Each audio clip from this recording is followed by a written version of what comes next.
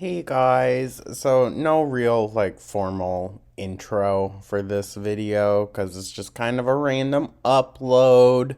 Figured I would just put it out there, kind of like the process of how the merch has come to be and how I get it made and sent out for you guys. And I'll probably do another one of these videos for goo related merch. It'll still be the same process, but it's going to have to be multiple block prints. So multiple blocks to make one picture to do different colors and whatnot. Also, it's only going to be available in black.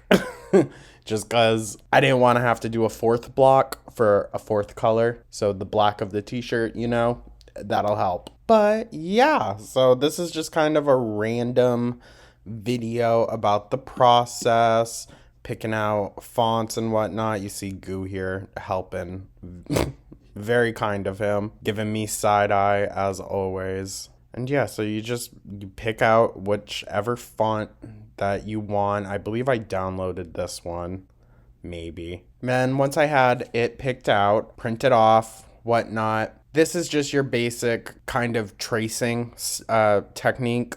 You rub charcoal all over the back of the image, and then you can just outline or, trace what you need over the original image, and it'll transfer the charcoal onto your surface. Great method, highly recommend it. But with these types of prints, you have to do it backwards. So yeah, just keep that in mind. If you guys want to try the linoleum blocks, they are relatively cheap from Michael's, or you can even get them on Amazon, I think, for even cheaper. Do be careful. The carving tools are very, very sharp, and you will need something for leverage. So basically a board that kind of hooks onto the edge of the table and then also has an edge for the linoleum block to sit up against in a corner. So this is the reverse side of it. I had to trace it onto the back and then do the charcoal over the original image so that I could get the backwards tracing onto the linoleum. Because when you print it, if it's not backwards, wording specifically, images, it doesn't matter all that much. But if you're doing words, you have to carve it and trace it all that backwards, so when you stamp it, it'll be the correct way. And then this is, ignore the giant nude painting in the back, Jordan, way to go. This is just a time lapse of the carving process, essentially. Or no, this is tracing. So this is me tracing it, and then you will see carving as well. And yeah, it's a long process. Really hurt my hand. As you can see, it's a lot of negative space to carve out unless you were doing an image, but just text, it's a lot of space to have to carve out. Although if it wasn't on plywood, I would have just cut it along the bottom and at the top, because then I probably could have gotten another 2 more stamps out of it. You know what I mean? But it's fine. It's fine. It also just makes leverage a lot easier when it comes time to stamp them and whatnot. But yeah, so this is what it looks like when it's done. Still backwards, And then this is the side-eye one as well. They're very similar. That's just kind of how it is. Also, if some of you guys get ones that have the lines on them, it's from this.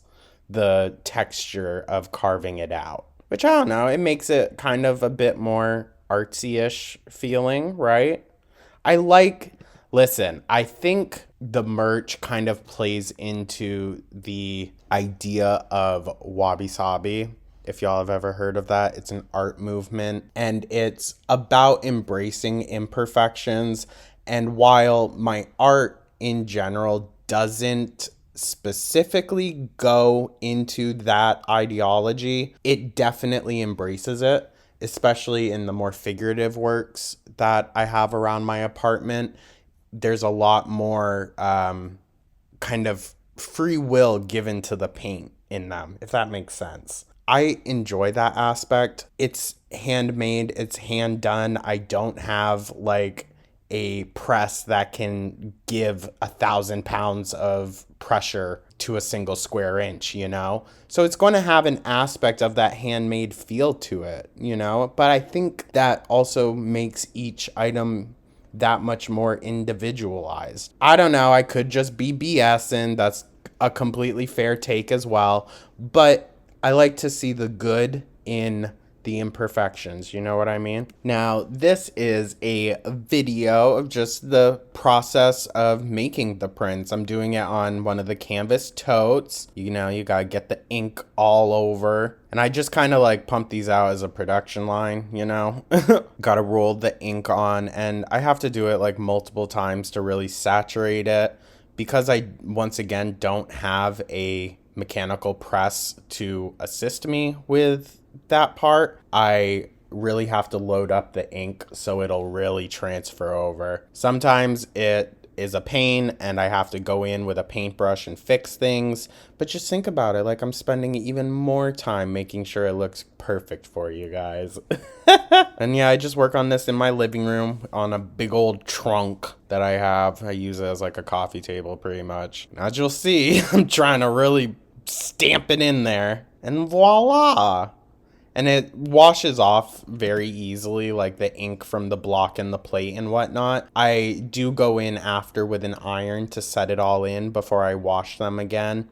And yeah, I do recommend turning them inside out to wash, especially if you got a hoodie. Be careful with the strings, you guys, okay? I've noticed that those strings come out pretty easily. I'm not sure if that's something that I could like fix somehow, or if that would just mean like switching brands. But I like the Gildan, is that the brand? You know the one. I like that brand, so I'm not too sure. And then of course they also the plates get dirty as you continue on. But this is a eye roll shirt, I believe. Now I wanted to try to get a not so great print, and usually the shirts give me a hard time or the totes give me a hard time, because I wanted to show the process of me going in and fixing stuff. I was just having a good day, apparently. And all the ones that I did that day came out good enough that I didn't have to fix them. And yeah, it's just a lot of pressure, really, that's required for it. People do put these through mechanical presses to get really good prints from them. But it works. And then just get them ready to hang and dry before I do the iron. I actually find the process of it to be really enjoyable as well. It's kind of relaxing, you know, get to just put on some music or a good TV show and crank them out for you guys. This was me trying to do another one to get a semi like bad print on it, but it's still, I was just getting good ones all day that day. So, and then this is what happens afterwards before it gets a final wash. Got to put parchment paper down and just on the highest setting, absolutely stamp it in. Think about it like, you know, you ever been down to the shore and gotten a shirt from one of those booths and they put the design down and then they sear it in with the giant flat iron? That's basically what this is. And then turn it inside out, get it ready for the wash. And now this is me just packing an order. I do put an order slip in, so it's got like, you know, the rundown of what you got. Also, it comes with just a little thank you note from Goo and I. Now, if you ordered ones in the past, I didn't have envelopes for the cards then, but I do now. So it also comes in like a little envelope.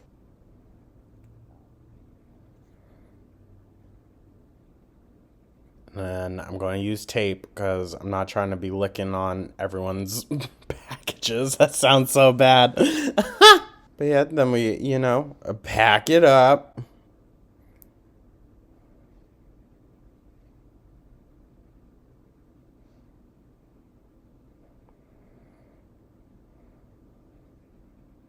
And then voila, ready to ship out for you guys. So yeah, that is the process as of now. If more merch gets added, then, you know, it'll essentially be the same.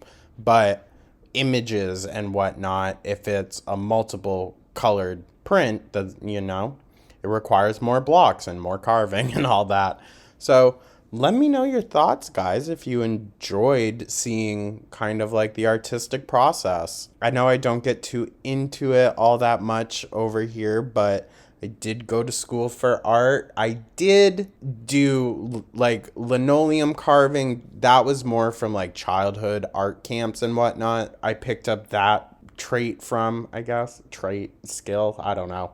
In college, I did intaglio, which is using acid to etch copper plates. That was so much fun and so cool. If I ever got the chance to do that again, I 1000% would. But very expensive. Very, very expensive. Anyways, you guys, thank you so much for tuning on in. Definitely let me know your thoughts. If you want to see more stuff like this, then I definitely can. Let me know your thoughts down in the comments, like and subscribe, all that, blah, blah, blah. Thank you so much. I hope you guys have a wonderful rest of your day. I'll catch you in the next one. Take care.